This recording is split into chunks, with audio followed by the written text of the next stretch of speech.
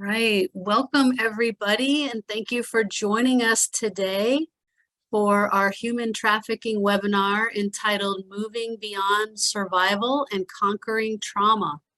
We're really thrilled to have our two panelists with us today. We have Dr. Celia Williamson and we have Tracie Chandler, who will share with you. My name is Barbara Campbell, and I am the Executive Director for relink.org.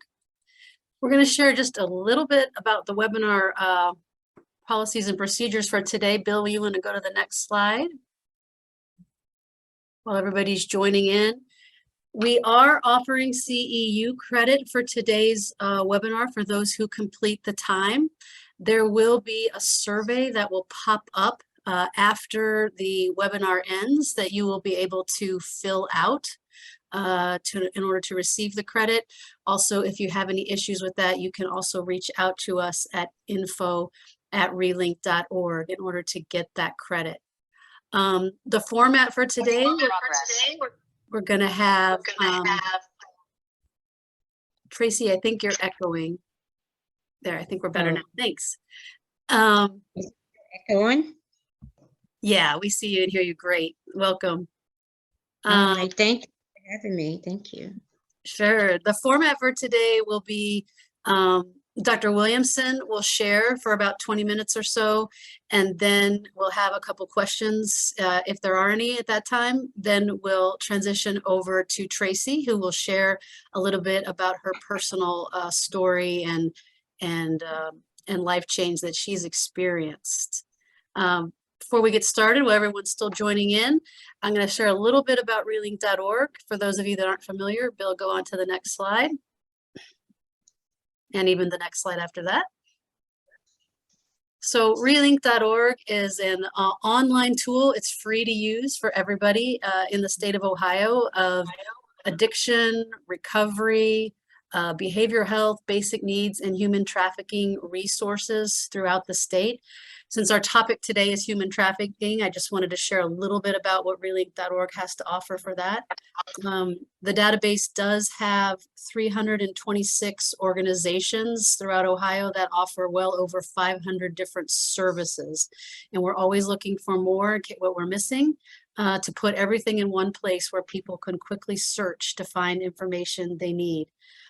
In the past 90 days, there have been 9,828 searches on relink.org related to human trafficking that have come in from the human trafficking category. The top 5 things that have been searched on relink.org are people looking for food, people looking for clothing, people looking for safe houses and shelters, people looking for legal assistance, and people looking for job training. So I didn't find anything too terribly surprising in those statistics. I just wanted to share a little bit about what we're seeing on our end. And then for just a brief minute, I want to introduce our statewide data coordinator, Mr. Bill Pica, who is going to share just real quickly a little bit about relink.org and how organizations can get registered if they're already not. And then after that, we'll turn it right over to Dr. Williamson. Yeah, absolutely. Appreciate it, Barbara. So as she mentioned, my name is Bill Pica. I'm the statewide data coordinator at relink.org. So I'm handling a lot of the back-end stuff relating to our database. If you decide to register on our database, I'm the person that you contact. I'm the person that can help you get your organization listed. So when you go to relink.org, you'll find the Find Resources Now page, and then you'll select either a zip code, county, or city, depending on where you're looking for different resources. After that, you'll click on the specific category you need resources in. We offer human trafficking, as well as behavioral health, reentry, basic needs, and several other service categories. So for this example, the person clicked on addiction, and they found subcategories for addiction, such as treatment and housing. After they click another subcategory, say they clicked on treatment, they'll find a list of organizations in that area that offer addiction resources. You can also print or send that list of resources to a client. That's big for a lot of people. A lot of social workers and counselors like to use this feature. And we can also map it as well. If you decide to list your resource on relink.org, it's completely free to do. you go to the account portal on relink.org, click on register, create an account, put your credentials down, and after that, you can put your organizational info. So all the services you provide, your hours, where your company is listed, different stuff like that can all be posted completely free on relink.org. If you have an organization that's already listed on relink.org, you can create an account. Just email us at info@relink.org or email me personally, and I can connect you to that listing so you can update and edit that organization. I'll put my email in the chat box right now. Perfect. Thank you, Bill. Appreciate that. And please don't hesitate to reach out. We love questions and we love trying to help everybody use this tool as much as possible. So you want to go on to the next slide, Bill? I want to get started right away because we have a lot of great content today. I am really thrilled to have Dr. Celia Williamson with us today.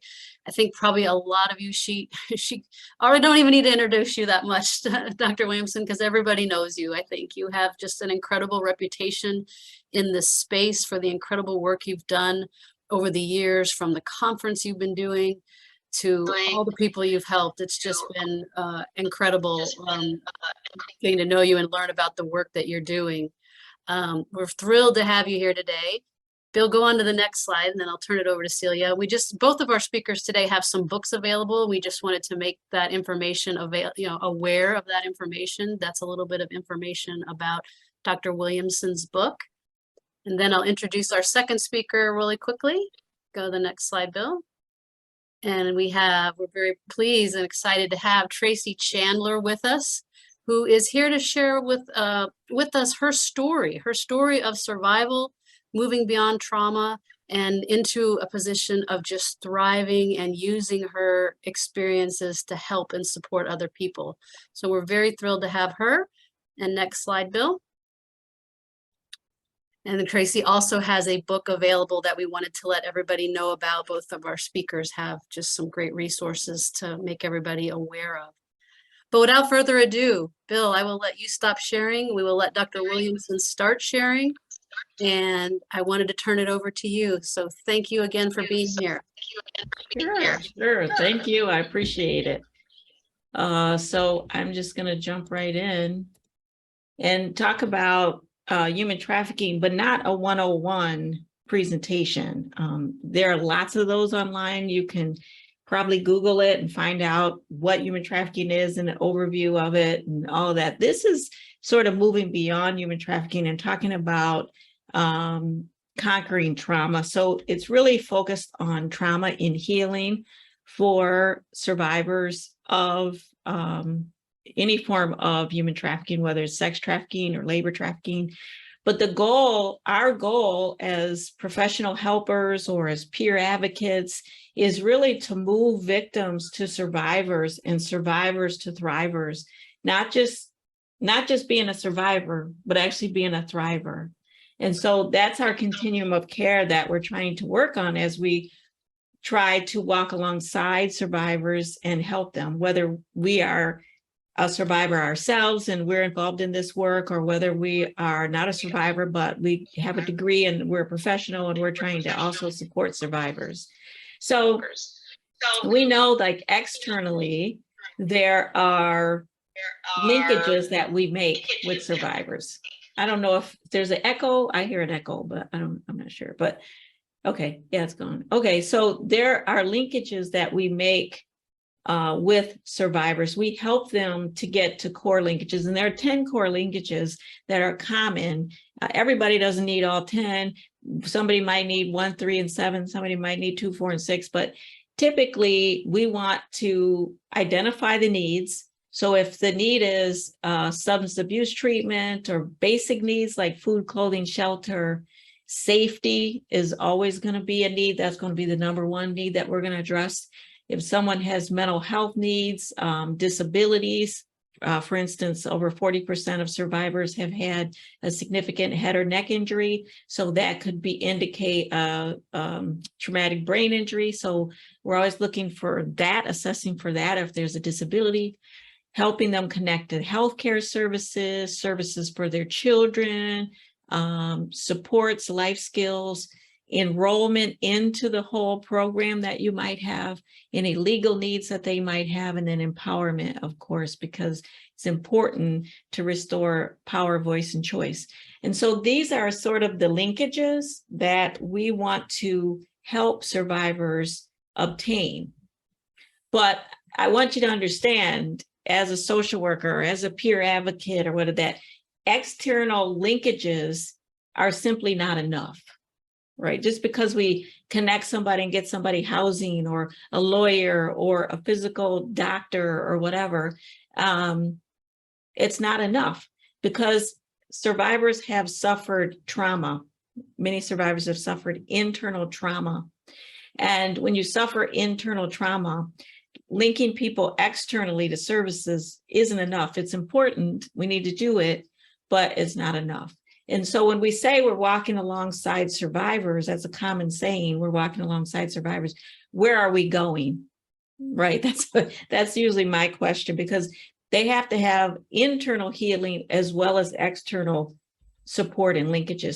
So the work that we do is all about internal healing and external linkages. And we can't just think about external linkages and forget about internal healing. Well, somehow they'll get that piece. So our strengths as case managers or advocates or peer advocates or social workers or whatever, you know, we're great. We have a listening ear. We're often the glue that holds all the pieces together, whether they're working with the housing program or, you know, food program or their attorney. We're usually the glue that holds all these different people and players together. We're sometimes the taxi driver because we have to get people to certain places and different appointments and things like that. Sometimes we're the third parent, sometimes we're the best friend. We're often bilingual, and I don't mean in terms of traditional bilingual, I mean in terms of we know how to engage our population of survivors oftentimes, and we also know how to engage professional organizations and institutions, and sometimes we have to translate that to each other so that each other understands what is happening. We're creative, we're problem solvers, we have great follow through. We're most knowledgeable about community resources. We build relationship and trust. And we use all of these talents and skills, and that's how we walk alongside our survivors. But the fact is that most of our survivors have experienced trauma, and we don't really attend to it in our work. And so what is trauma? It's a deeply distressing and disturbing experience, and it affects someone's health and well-being, not only their physical health, but also their mental health, their emotional health, their ability to have healthy relationships. And this is whether you experience sexual assault or sex trafficking or domestic violence or child abuse, you suffer an internal trauma that lasts much longer than even the physical bruises. And so trauma can affect every aspect of your life. Your ability to have healthy relationships, your ability to hold a job, it affects every aspect of your life. And there are 80 plus symptoms that are associated with trauma. There are emotional reactions like, you know, not being fight, flight, freeze, fawn, those things where we say, well, they're non-compliant, they don't want to do this. That's not the case often. When you have a traumatized client, they're doing that, you know, whatever symptoms they might be reacting to you through trauma, not because they want to be defiant or non-compliant or whatever. They might just be fearful. They might be fighting you, freezing. They might be afraid to move forward. So when we start to use our trauma lens and we see that some of our clients have been traumatized, they have physical reactions. Sometimes people have post-traumatic stress disorder, depression, anxiety. They might have night sweats, tremors, nightmares, cognitive reactions, behavioral reactions, existential reactions like, why did this happen to me? Why am I here? Why did I survive? Those types of things that a lot of times when we're linking them to external resources, we're not addressing these very, very prominent symptoms internally, very broken people that we keep ignoring, that these internal symptoms, these internal issues, they're questioning why this happened to me. Sometimes they're involved in self-blame and sometimes shame. And the difference between guilt and shame, guilt is when you feel bad that you've done something wrong. And if you've done something wrong in life, I guess guilt is a good behavior to have, but one, they haven't done anything wrong, so shouldn't feel guilty, but they go beyond that often and feel shame, which shame is not doing something wrong. Shame is when you feel you are something wrong. And your core beliefs, you start to be negative toward yourself. And then, a house divided can't thrive. There are triggers, not only symptoms, but triggers, something that triggers these symptoms. So it could be a sight, a smell, a sound, a taste, a color, words, items, things that trigger a traumatized individual to react to a threat that is not, in reality, may not be there at the time. But so there are triggers, there are symptoms that are going on, and that's how trauma takes over your life and it steals your joy. So that's why a lot of us talk about trauma-informed care, where we say, we as the helpers have to understand that the population we work with has suffered trauma and has a history, perhaps, of trauma. Once we understand that, then it explains a whole lot. We don't have to think, well, why is this person cussing me out? Well, why is this person, it might be because if we see them through the lens of trauma, we can understand that they might be in a fight, flight, freeze, or fawn mode. And we recognize that trauma symptoms, and we acknowledge the role that trauma plays in all of our lives when we're traumatized. So once we understand that, there are 5 guiding principles for us when we work with survivors, and that is safety. We're always concerned about safety first, your physical safety, your emotional safety, your mental health safety. Are you feeling safe right now? Choice. We always give choice. I don't even care if you are a juvenile in a group home. Do you want peas or green beans? That's a choice. We're always giving choice, because the thing is to empower, to give that power, choice, and voice back to help them become more empowered. So choice, collaboration. You are not running things. You are not the authority. You are not the boss. This is a collaborative effort. As you're walking alongside, you are walking alongside in collaboration. Trustworthiness and empowerment. Our programs, our agency, we should earn our clients' trust. And that is in how we write our policies, how we speak to each other as colleagues, how we speak to our clients. All of those things gain trust and, of course, empowerment. And so what we have to recognize is that a population that suffers trauma, we have to see it put on our trauma lenses and see it. And so here's an example. For instance, here's a picture, and some of you see what looks like chess pieces, maybe not really, but looks like chess pieces.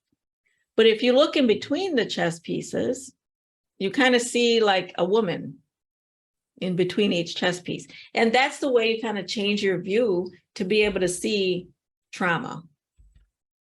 But if we just involve ourselves in trauma-informed care, that's not enough, because trauma-informed care is how I am supposed to treat a survivor, okay? And trauma-informed care teaches me not to harm or re-injure or re-trigger or traumatize my client, okay? But best recognize, I haven't helped my client yet. I haven't helped anybody. I just didn't injure somebody. I didn't re-trigger somebody. Okay, that's not enough, right? When you go to your doctor and, the doctor applies the Band-Aid very carefully and doesn't re-injure you, that person really hasn't helped you yet. They just didn't re-trigger you. They just didn't re-harm you. That's not good enough. We haven't helped anybody yet. We just didn't hurt them again.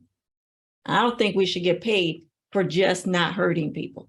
That's a low level standard of care. We've got to do much better. And so not just trauma informed care, but trauma focused care and trauma treatment. Those are three different things. So trauma treatment is when you actually go to a therapist and receive trauma treatment. So we need to understand that when you go to a therapist, it doesn't automatically mean that you are getting trauma treatment. There are therapists that are not trauma trained and certified, and there are therapists that are certified in trauma treatment, right? There are different types of trauma treatment. There's EMDR, which is eye movement desensitization and reprocessing. There's trauma-focused cognitive behavioral therapy. There's a triphasial model, and there's lots of different trauma treatments. But what I need you to understand is that trauma-informed care does not help anybody heal. It just helps you not to hurt the person. And trauma treatment is not done by any therapist. It's done by a certified trauma treatment therapist. And if I had a client that was traumatized, I would want my client to go to the best, because I would want my client to have the best. So when you have a client, everybody, I used to think lawyers were lawyers. I did not know that there's an intellectual properties attorney if I wrote a book. There's a criminal defense attorney if I think I committed a crime or I'm accused of one. I can't just think a lawyer is a lawyer is a lawyer. It's the same with therapists. They're not all the same. So I would want my client to get to the best trauma treatment therapy, and that would be by a certified trauma treatment therapist. But the reality is going to trauma treatment therapy one time a week when you suffer trauma that is affecting your entire life isn't enough. It's not enough to go 1 hour a week, one time a week. And so we need trauma-focused care. And so we have in my community, the survivor's journey, and it's 12 journeys that survivors go down. And there's a book that they read, there's a workbook that they work on, and all of it's sort of modeled after AA. You're in recovery and you're working as hard as you choose to. You are empowered to choose to read as much as you want and do the workbook as much as you want and come to group once a week to discuss. But that's how you grow internally. All the things that were taken from you as a survivor, a victim, is restored.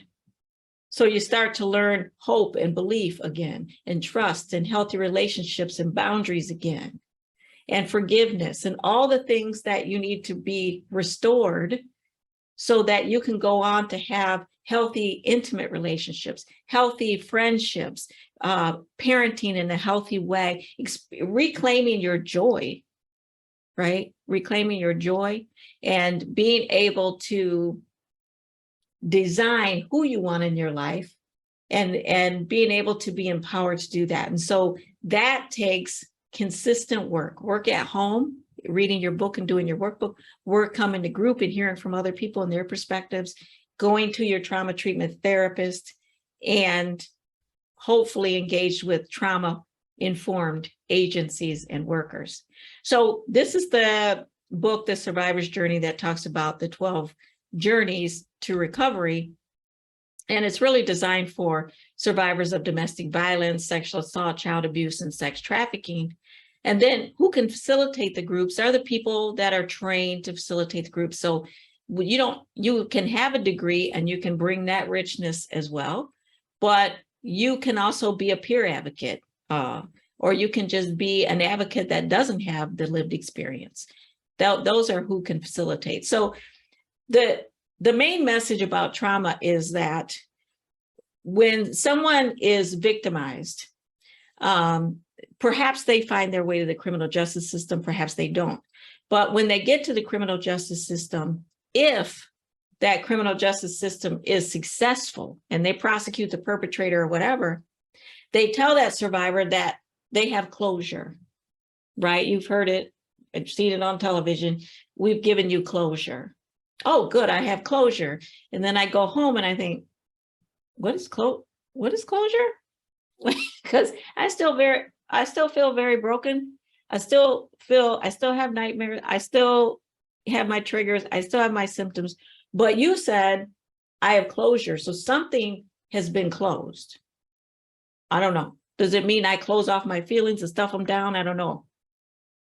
And then I go to the social services and they work with me and they help me get a house and a physician and a mental health therapist and a substance abuse treatment, whatever I need. And then they say, you're a survivor.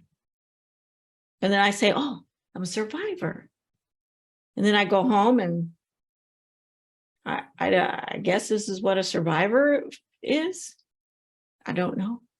And then maybe I go to mental health and I get therapy. And I realize, therapy doesn't work for me. It does, but you were at the wrong type of therapy, right?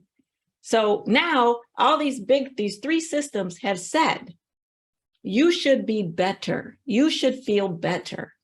Criminal justice gave me closure. So they say I'm a survivor. I've been to therapy and I still feel broken. So it must be me. I must be unique.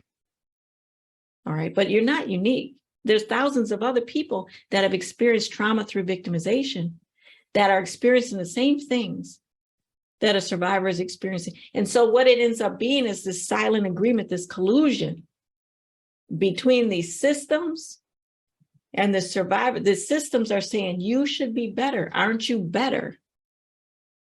And there's such pressure that that survivor might say, yes, I am better, but they're not, because we haven't addressed trauma and we don't know how to address trauma.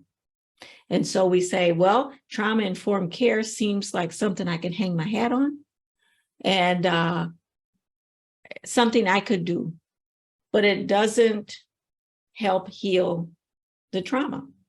And so when we provide all these services and say, don't you feel better? Then who am I as this survivor to say I don't? And none of this shit worked. We don't.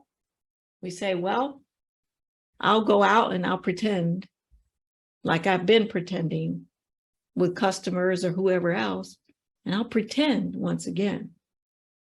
It's just not good enough. That's not a good standard of care. So I just want to end by telling you that we have an annual conference. If you want to learn more about trafficking and how to be a great advocate or clinical therapist or whatever, you can come to the conference. And then we also have a podcast called Emancipation Nation Podcast. And every week we bring people on and they talk about different programs they run. We bring survivors on, thrivers on, and they talk about their experiences. That's all free. You can join the podcast, and you are going to hear from Tracie, and you're going to get the authentic experience of a trafficking survivor. And also, Tracie, I'd love to have you consider being on the podcast as well. So that's all I want to say. And that's my name and that's my contact. And if you have any questions or any comments, I'd be happy. If you emailed me, I'd be happy to try to get back to you and answer whatever it is that you might have. But if you have questions now, I'd love to try to answer them. Oh, thank you so much, Dr. Williamson. That was so good. I was sitting here taking notes. I really appreciate you sharing all that with us and being so clear about those delineations and how we treat and think about the client. It was so great. There is a couple questions that came in. If there are any questions, please type them in, and we're going to turn it over to Tracie in just a minute. There was someone requesting that you post a link for the conference again. So maybe while Tracie's speaking, if you could do that. And then someone also asked, where do you get the workbook from? So perhaps if you have that information, if you wanted to type that in the chat. Yeah, the workbook, I could just say the workbook is completely done. I wish I could run and get it and show it to you, but the workbook is completely done. The book is done and it is all being uploaded to Amazon. So it's not available yet, but I think the way I'm going to do it is have people be trained to be the facilitators. I don't necessarily want to release the book and the workbook. I want people to be trained to facilitate the group. And it's most always a group. And the person going through, who the facilitator is also going through the process. That's one of our requirements. You don't have to have a special degree or anything, but you do have to be authentic enough to go through the journeys as well. All right, and I think you answered. Check back. Yeah, check back with me because it's only weeks away. Yeah, I think you answered a question that came in about the training. And I think that's excellent that you offer the training along with it. That really makes the book come to life and make it be applied in an appropriate and effective way. I think that's wonderful. One other quick question, and then we'll turn it over to Tracie. Can you elaborate a little bit on the fawn response to trauma?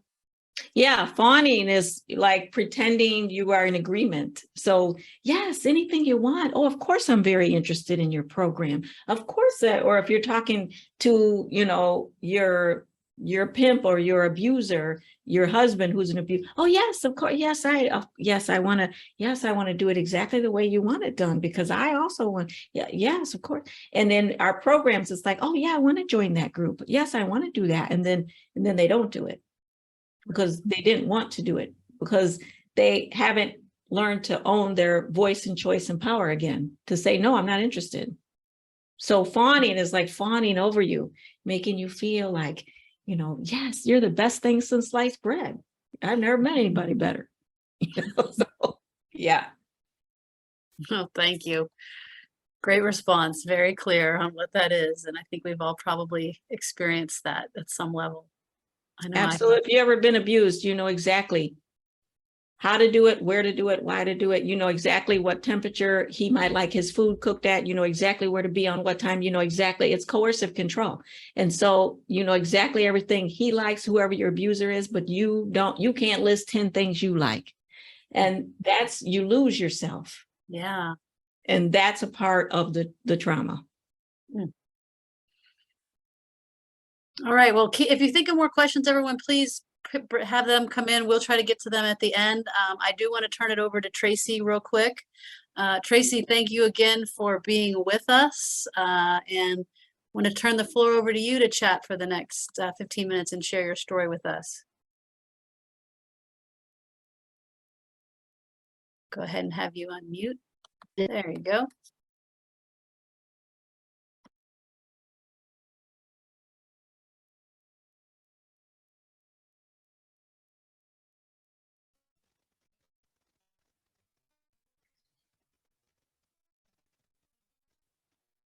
Hello?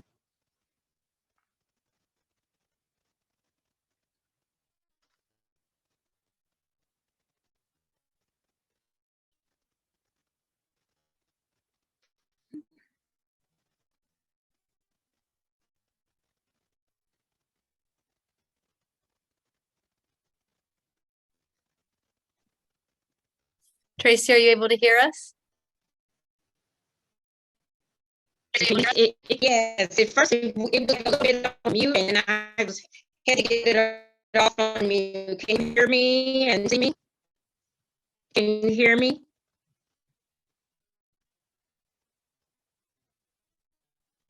It's muted. Yeah, no, you need to unmute, but maybe turn your video off.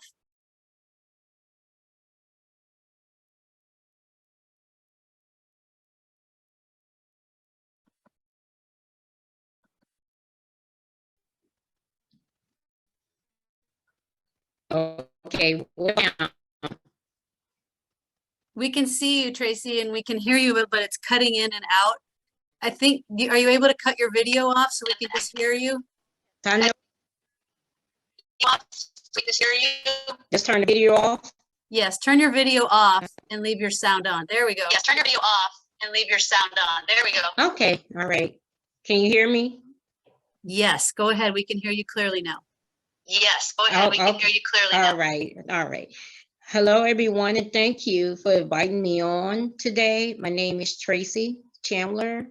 I'm an author, advocate, for domestic abuse and human trafficking. I can just begin, and I just want to say a quick word to Dr. Cecilia. I would love to, being offset, to be able to talk to her more about mentorship.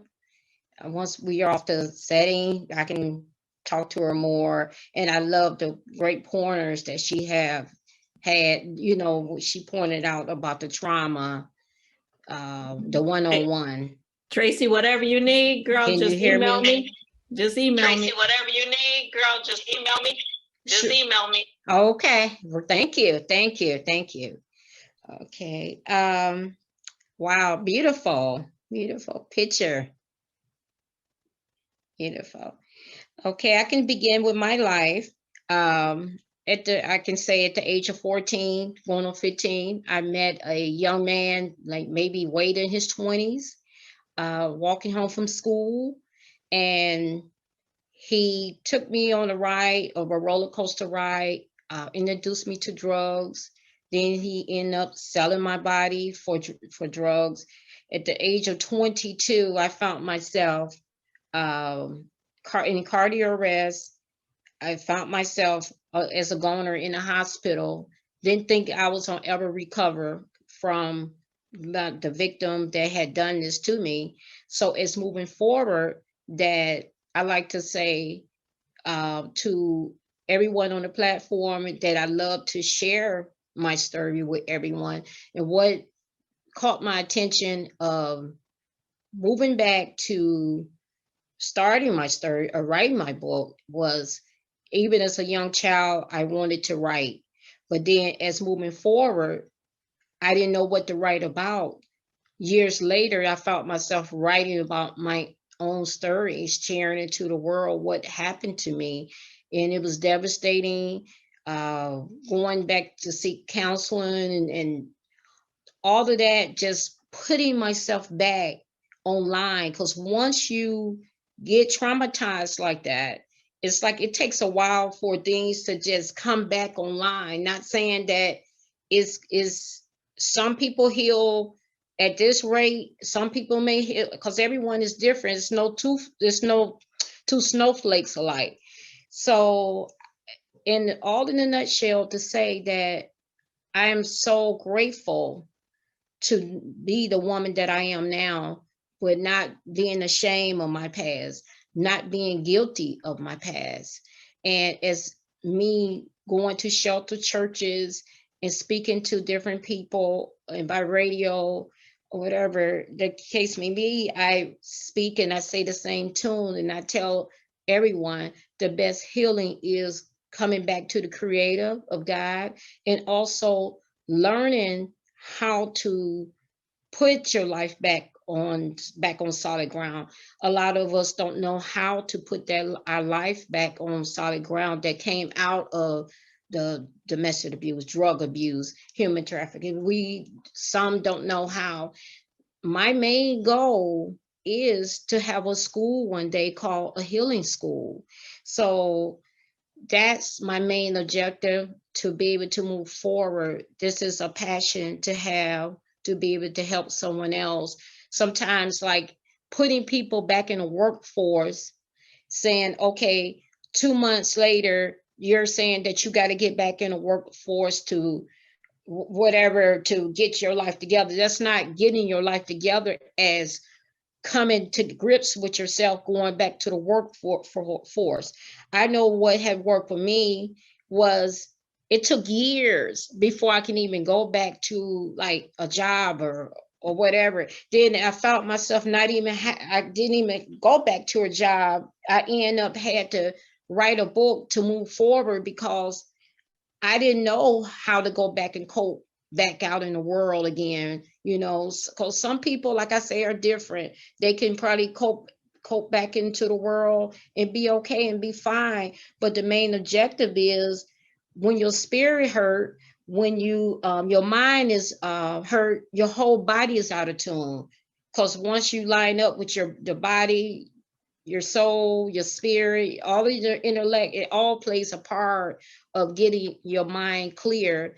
So once my mind was so foggy until I used to keep so much in until I broke out in eczema years ago. My whole skin was covered with eczema, with keeping so much in. So when I was able to talk about the trauma that I encountered, that's when the eczema just cleared up on my, from my body, from head to toe. I was covered from eczema.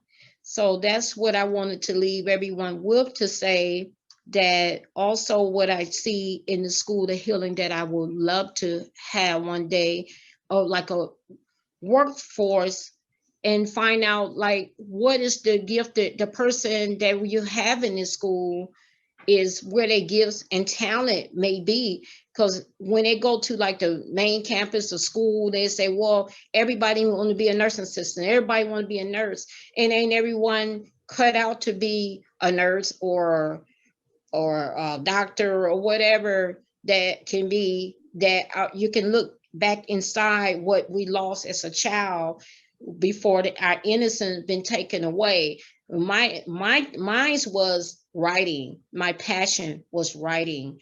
And so that's where we have to get back to, for the people that been victimized. They're lost that hope of who they really are. And first of all, going back to the creator. Two is going back and tapping back to that gift that whoever may say you couldn't be a dancer, they couldn't be a singer, whatever the case may be. They traumatized, so too they don't know where to begin life, to begin with. So that's the reason why I would love to be able to have this school to start all over, healing in the mind and body and soul. If anyone have any questions, you can be able to let me know any questions and concern about the school. And Thank you so much, Tracie. I actually do have a couple of questions, if it's okay, and maybe Dr. Williamson does as well. And anybody else, please ask them. We'll try to get to all of them. But thank you so much for sharing your story, and you told us the unfortunate story of how you got into the situation. Can you share a little bit about how you started to come out of the trafficking and move from, being a victim into survival and then into thriving, and maybe what some things were that were helpful for you and maybe some things that weren't helpful for you during the process? Sure. How I was able to come out of the human trafficking with my ex. Actually, he had married me and I had 2 children by him. And that was his way of keeping me close knitted to him so I wouldn't move forward.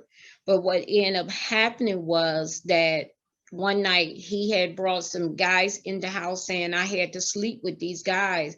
And when he brought them in, one guy had a gun over my head. And so at that point in time, I was like shaking, really scared. And he said, well, you got to smoke this drug. You got to smoke this crack cocaine and your life will get better for you if you smoke this, and the guys, and you got to sleep with them. So I end up smoking the crack cocaine, and that's when my chest started hurting. And I told him that my chest was hurting and I don't feel well. So that's when my body had collapsed. And when I collapsed, and next thing I knew, I was at the hospital. And when I was at the hospital, I went into cardiac arrest at the age of 23 years old. And the doctors there told me when I woke up out of it, it seemed like I was in a coma or something, because the only thing I just remember, a voice, still kind of voice saying, it's not your time, go back. And I woke up, and that's when the doctor said, well, we lost you a couple of times. We thought that we was about to tag your toe. So make a long story short, from that period of time, when I woke up out of that situation, I knew that it was time for me to not look back, that this guy was literally taking me to the grave. And once I got out of that situation, came out the hospital, I ended up moving back home. My mother, starting my life, the journey all over again, getting to learn myself, learning my 2 children all over again. And I didn't look back to that point of return, because if I would have looked back, I think I wouldn't be sitting here today testifying my story if I would have looked back and went back to this guy. And that's where I end up moving on in my life. And it was a lot of crying days. It was a lot of nightmares. It was a lot of, I can say it wasn't easy. And then it wasn't easy living at home either, because I had a lot of criticism with my mom, my siblings. And the only thing, I just wanted a journey to heal. And it seemed like it wasn't a resting period of time of healing, because I was getting criticized for saying it was your fault, it was your fault. And I knew then I needed someone to talk to. I needed a counselor. I needed a rescue. I cried out to God saying, you know, God, what to do? You know, my family looking at me like they just own me, saying that it was my fault because I went to this guy. And I was, the only thing I just remember saying to them that I'm gonna allow God to work in my life. And from that point in time, God started showing out in my life, and I started getting help through counseling, a lot of supportive counselors and case managers out there that helped me through the journey. Then I even found myself even homeless. I was sleeping I went from hotels to hotels, sleeping in cars, and from hotels, didn't know where I was on go, didn't land on people couches, just to have sanity again, to move forward, you know, in this. So that's where my life ended up. And to this day, when I look at my life, I keep asking myself, how did I make it through all of that? You know, looking to see there was light at the end of the tunnel. And that's where I'm at today with my life. And the journey is moving on, forgetting those things are behind, and moving forward, and not look back, and keep pressing on to help other people that's out there that have a story that's on drugs, that's don't know how to get out. Because a lot of people say it's easy to get out of a situation when it's not, until it's actually you. When it's you in there, then it's a different tone. But like I said, it wasn't an easy role of me getting out of it, but I made it through the grace of God. Tracie, what an incredible story you have. I mean, thank you so much for sharing with us. I really appreciate it. And you're a very strong woman. Thank you so much for sharing it so honestly and openly. We had a question come in. There's definitely lots of people thanking you for sharing and really appreciating your story. One question that came over was, what qualities did the people or the helpers or the counselors have that made you feel better, okay to open up to them? Or just to rephrase it in another way is, you know, what kind of helped you in the healing process, or what kind of people helped you in the healing process? Actually, for them believing in me, for them to tell me, you know, to tell me my self-worth. Like the one counselor I had before he retired, and I used to cry all the time in his office. And he said, it's okay to cry, because I never cried much when I was younger. When I did, once I started releasing, and I felt it was okay to cry. And that's when all of the community help, like with the counselor, the case managers, they all came as like a team. I actually still have a team of people that works with me. And when I have even down days to this day, I reach out and I say, well, I feel this crying want to come out. I said, you know what I do? I let it come out, and they say, Tracie, it's okay to cry. It's okay to release. And I thank God for the beautiful people that's still in my life that helped me along this journey. Because like I said, I never thought that I would see myself at 56 years old, being like not traumatized, that I can cry, I can laugh, I can enjoy life a little bit better than I did, better than my teen years, better than my 20s and 30s and 40s. So I could just say that whoever have teenagers, I'm more than welcome to go to schools to be able to talk to the young teens, because that's where the peer pressure goes with them at early, like 13, 14 or something like that. And I just want to be able to be inspirational to help someone else, to share my story of where I'm at today, and with the community helping me moving forward. Yeah, I'm so glad to hear that you're in such a different place now. It's an incredible story. Another question came in that I thought was really good as well, is that how is your coping, or what are your coping mechanisms now that all of that is behind you? There's some things you've learned, or some challenges you still face with that? Yes, sometimes I have like a day I may, like Dr. Celia say, sometimes you may have triggers or something. And I may have a trigger and I end up saying, I'm not going there. Then I end up praying, take a deep breath so I don't keep looking back. And sometimes it do be a trigger. Sometimes it might be a nightmare or trigger, but I don't let that stop me from moving forward to learning how to cope. And I pray, I read my Bible. I don't want to ever go back to the dark days again, and I'm starting to, the main key is loving myself. I've learned to love myself.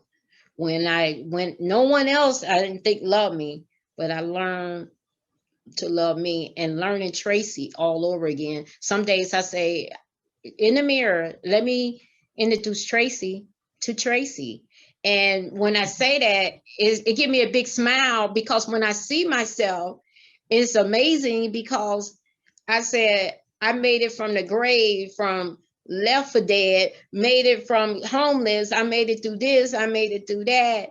And when I see myself today, you guys gonna make me cry. I'm trying to not do it, but as seeing myself today, I see an amazing woman. God did this. I'm so sorry. We just I'm so talked about how it's okay to cry, right? So it's okay to cry. It's totally fine. We really appreciate you. Your story has been an incredible blessing. I mean, I don't know if you can see the comments, but people are saying thank you so much. Your story's been very inspirational. You have an amazing amount of courage and resilience, and I know we're all blessed by your story and your incredible willingness to help others as well that may find themselves in a same or similar story.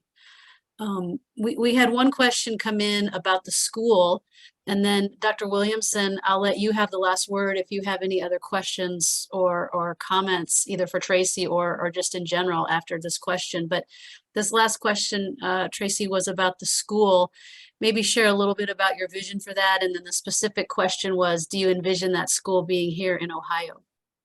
Yes, I do. Yeah, I'm sorry. I visualized this for many years. It was a dream of mine, for society, the beginning. I'm sorry. You're okay.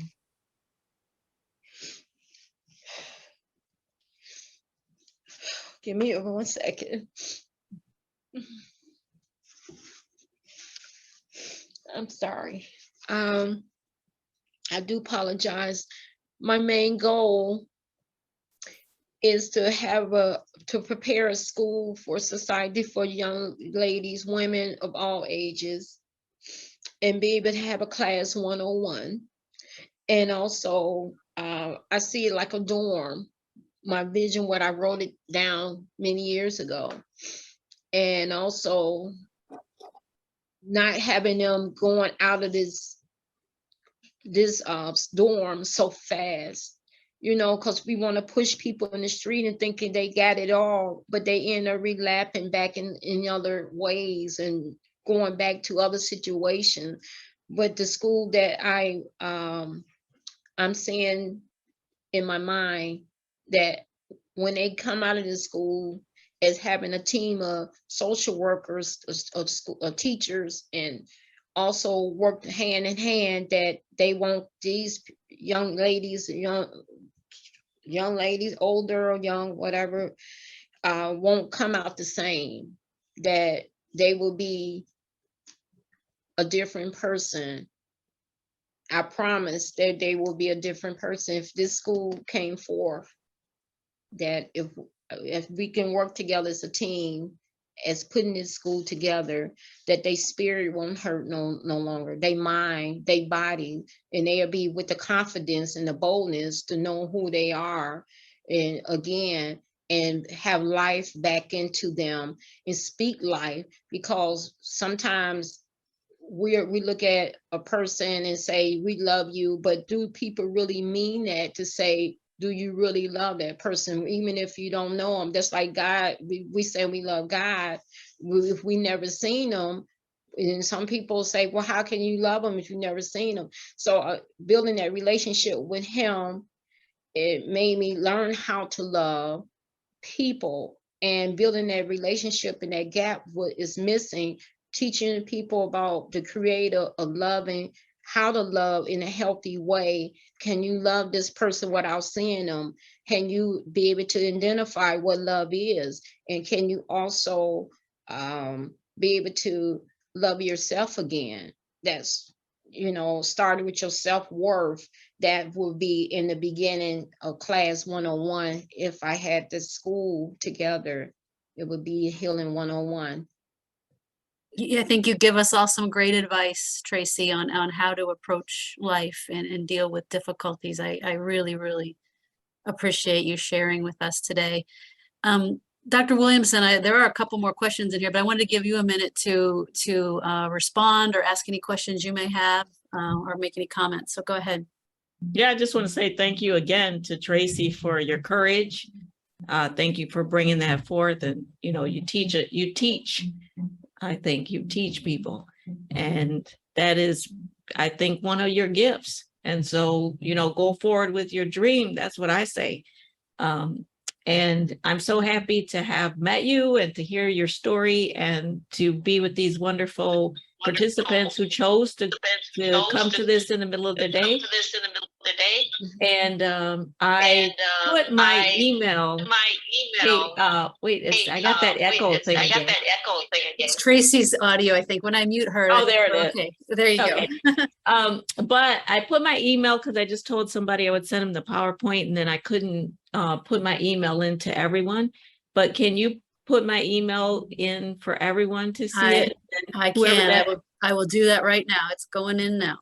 Okay, and anybody who wants the PowerPoint, just email me and I'll be happy to send it to you. And thank you so much. And if the spirit moves you, what Tracie talked about, see, when you have those existential questions, why am I here? What is my purpose? Why did this happen to me? How can I use this to help humanity? Those are not questions that can necessarily be answered by social work, psychology. Those are spiritual questions, and they can be only answered spiritually. And so that's why this call, in my opinion, from her heart to do in the future what she should do. And so that is something that you can't write in a book, you can't teach in a class. It's a problem, it's an issue, it's a solution between the person and their creator. And that's the path I walk. And because of those reasons. And so if the spirit moves you, if you are so passionate, then get involved. In Ohio, there's at least 21 anti-trafficking coalitions. So there's lots of ways to get involved in your community and doing this work if you're passionate about it. I also have a human trafficking risk assessment tool that's been validated. If you email me, I'd be happy to send it to you. It's free. It's valid. You can use it with any kid 12 to 17, and it will tell you if they're at risk or if they are likely being trafficked. If you have an agency, get that tool, start using it, advocate in your agency that you start asking those questions, that you start identifying those victims. And then once you identify them, that compels you to start doing things, interventions that help them. So hopefully this moves you in any of those directions, and that would be awesome. So thank you so much. Yeah, thank you so much, Tracie and Dr. Williamson. We really appreciate you being here with us today. Thank you again for everybody that participated. I do apologize. I know we didn't get to absolutely every single question, but I do want to respect everyone's time. I know some people have to hop off. But Tracie, if you're still with us, I'm going to unmute you or ask you to unmute. And I think there was one question in there that I think would be really great to end with if you were able to hear us. And that question was, what would you tell your 14-year-old self? Knowing what you know now, all you've survived and gone through, what would you tell your 14-year-old self? Oh, wow. If I can do it all over again, can you hear me? Yeah, or if you just had some advice for that 14-year-old girl, what would it Okay. be? I would say run, but I would tell her, don't go so fast in life, or trying to find the love in the wrong places. Don't drop out of school. Don't go with this guy because you haven't seen life yet. You got great potential to be able to wait one day for to God send you the man that he will want to send you, and don't go looking for it, because when you go looking for it, that's when all kinds of things come out the closet for you to say, okay, to introduce you to this world, what I call it sometimes world of madness. So don't feel like you're following the crowd, because everyone wants to follow the crowd. That's the main subject, that the main goal, to learn how to follow the still small voice in you, to know what you see in yourself, not what a man or anyone else see you. See yourself in 20 some years from now, if you would have went down the road with your other peers and made those mistakes. And I know we make mistakes, but why make them when you can stop it right then and there? Don't follow the lead. Just stay as you are, innocent and sweet and pure. Stay that innocent young lady and know your worth. Yeah, I think you give great advice, Tracie, and speak from experience. So we thank you so much for being here today. Thank you again, Dr. Williamson. We will do a follow-up with the CE for all of you that complete the survey that will come out to you as this webinar disconnects. If you have any issues with that, again, please reach out to us at info@relink.org. We will send out an email with the recording and Dr. Williamson's slides as well. So thank you, everybody. Have a wonderful day. Again, I can't thank you enough, Tracie and Dr. Williamson. Really appreciate y'all. Bye-bye, everybody.